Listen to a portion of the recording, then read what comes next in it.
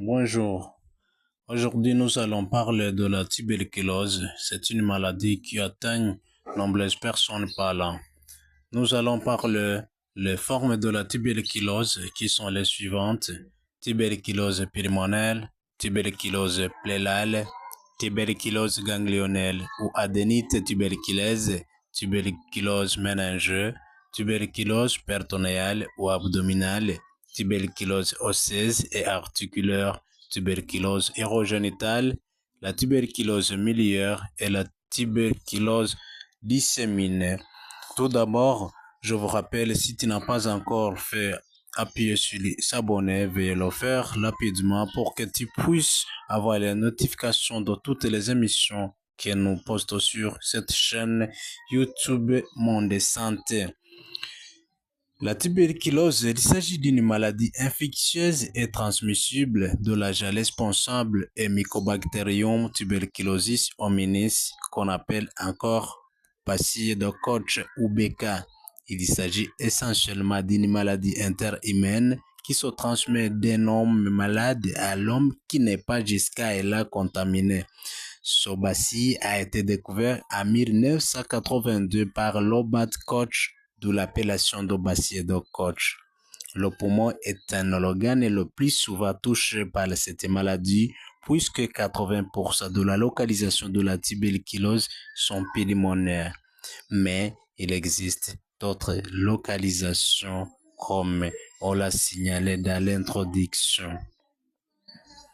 Lorsque la tuberculose intéresse des organes, on parle de la tuberculose disséminée. Si elle intéresse un organe, que le poumon, on parle de la tuberculose extra-pulmonaire. Selon l'OMS, il y a 8 millions de cas annuels de la tuberculose dans le monde et 2 millions de décès dus à cette maladie.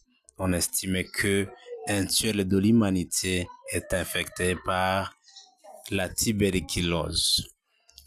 Les facteurs de risque pour cette maladie, il y a la notion de contagion dans la famille, le contact étroit avec le sujet malade, les enfants de moins de 5 et les adultes de plus de 75, la co-infection au VIH-Sida, les enfants atteints de primo-infection de tuberculose, la malnutrition, les conditions de vie socio-économique médiocres, le tabagisme, l'alcoolisme chronique, les absences de vaccination par le BCG, qui est le bacille de Calmette et de Guélet, la promiscuité, qui est nombreuses personnes vivant dans un petit espace, le diabète, sucre mal équilibré.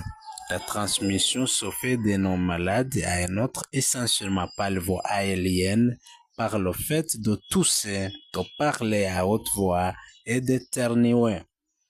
Il y a émission de microgouttelettes qui vont se dessécher et rester suspendues dans l'air ambiant. Alors, un sujet qui inspire cet air contenant le bacille de Koch se contamine.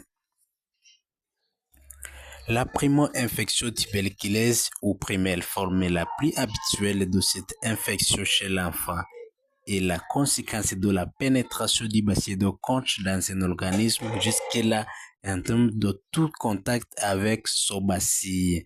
Dans 95% de cas, elle est asymptomatique car les signes cliniques radiologiques sont absents. C'est la forme latente ou tuberculose infection. Dans 5% de cas, la maladie présente des signes cliniques de la maladie. C'est la forme patente.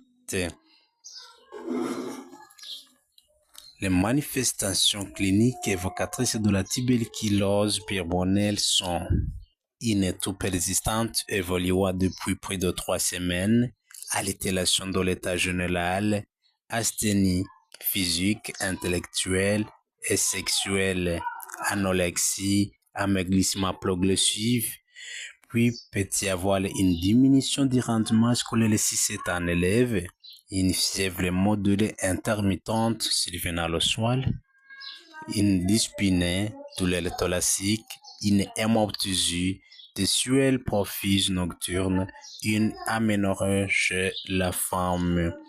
On peut penser en nombreuses maladies si vous avez les symptômes, les affections.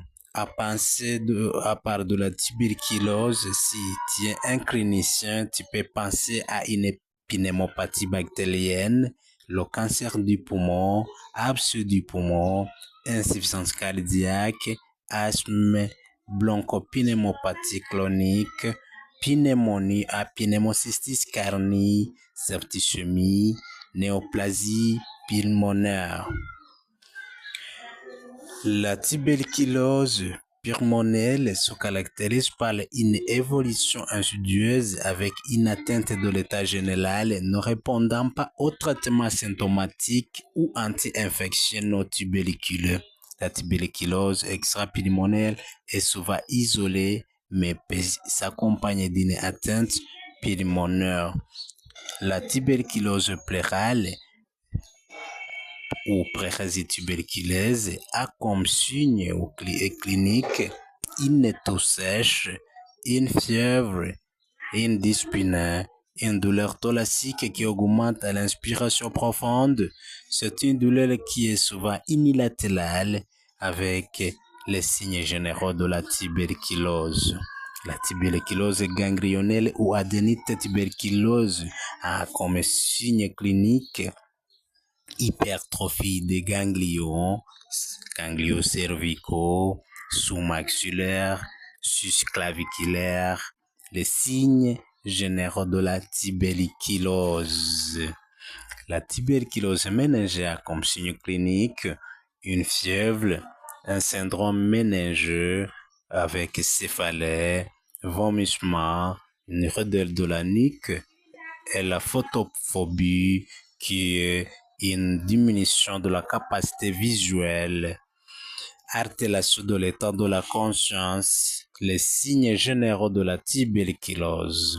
La tuberculose péritonéale ou abdominale avec le signe clinique une ascite, une douleur abdominale, parfois fièvre, malgré les signes généraux de la tuberculose.